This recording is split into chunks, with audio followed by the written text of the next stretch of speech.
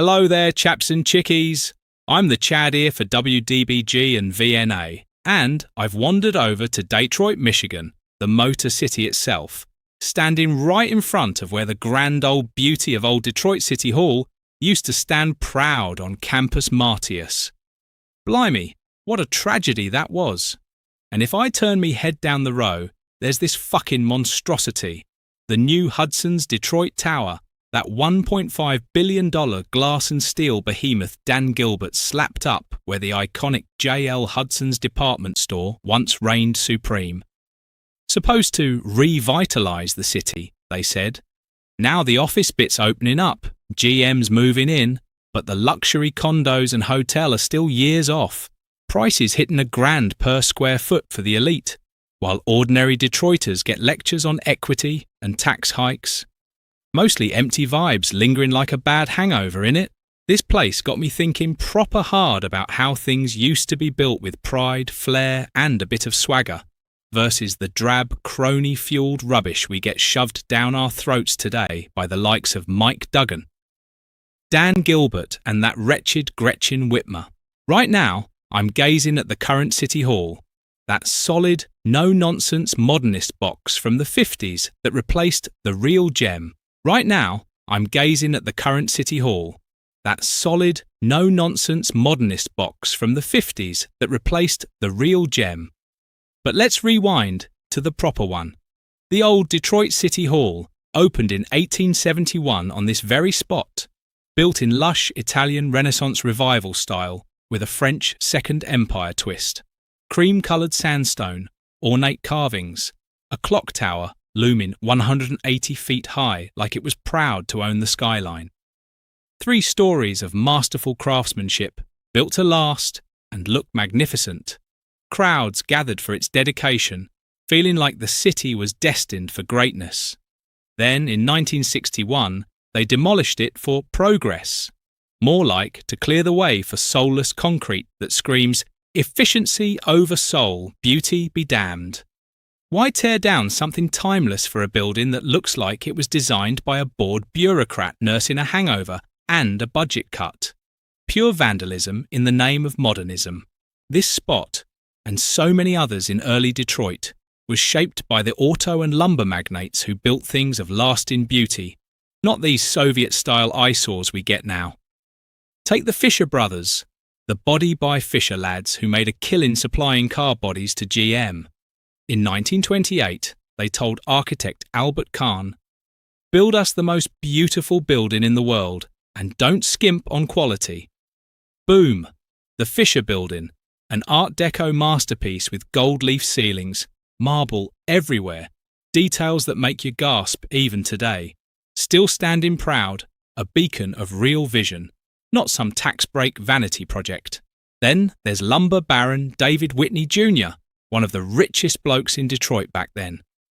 Built his mansion on Woodward in 1894, Romanesque revival stunner with rose-pink jasper stone, Tiffany glass windows, 52 rooms, the city's first elevators, carved details that'd make a king jealous. Cost a fortune then, worth millions now. Or the Edsel and Eleanor Ford house, Cotswold-style mansion with gardens screaming elegance. Even Meadow Brook Hall, built by Matilda Dodge Wilson, widow of auto pioneer John Dodge, and her lumber broker hubby. Tudor revival grandeur from the late 20s, now a National Historic Landmark. These weren't just homes or offices, they were bold statements. We're building an empire, and it's gonna look bloody spectacular. No corners cut, no skimming off the top. Early Detroit's industrialists, the Fords, the Dodges, the Fishers, the Whitneys, poured their own wealth into architecture that inspired, endured and celebrated human achievement. No public handouts needed. They built for posterity, mixing innovation with timeless beauty. Tech advanced, but they never ditched style for functional drabness that looks like it was spat out by a committee of apparatchiks. Fast forward to today, and what do we see? The same old City Hall crowd, Mayor Mike Duggan, Detroit City Council cronies, billionaire Dan Gilbert with his downtown empire, Governor Gretchen Whitmer, and her thriving and conniving cohorts, all pushing their progressive vision while lining pockets and virtue signalling from afar. Model cities programs back in the day promised uplift but delivered corruption, mismanagement and decay in neighbourhoods, while downtown got the glitz. Same playbook these lot are running now. Tax breaks galore for developers, hundreds of millions skimmed off the top, or rather handed out, for fancy apartments that mysteriously lose their affordable units once the cash flows and the ribbons cut. Promises of revival turn into more grey slabs, soul-crushing boxes, and sustainable eyesores that look like they were designed in a Soviet committee room after too much vodka and self-congratulation. Why build beauty when you can virtue signal about equity while funneling public money to your mates? Duggan's been handing out sweetheart deals like candy at a parade. Whitmer's MEDC scandals keep popping up with donor perks and dodgy leases. And Gilbert, the bloke's turned downtown into his personal fiefdom on the taxpayer's dime. $60 million tax abatements for Hudson's alone, opportunity zones steering brakes to his empire while poorer neighbourhoods get crumbs. These Democrats and their progressive pals preach inclusivity from gated enclaves and private jets, but their builds? Drab, unimaginative, boring as a tax audit on a rainy Monday. Modern Detroit architecture yells, "We're efficient and tech-savvy," but really says, "We don't believe ordinary folk deserve ordinary beauty. Nah, give 'em lectures on privilege and higher taxes instead." Thanks to this trio of clowns, Duggan the deal-maker, Gilbert the subsidy king, Whitmer the virtue queen, we're stuck with worse rubbish than the old industrial swamps. At least back then, the grandeur was honest and privately funded. Now it's polished turds labelled revitalization, ruining heritage, economy, and the city's spirit with their Marxist pipe dreams of utopia built on cronyism, skimming, and backroom handshakes. The kicker?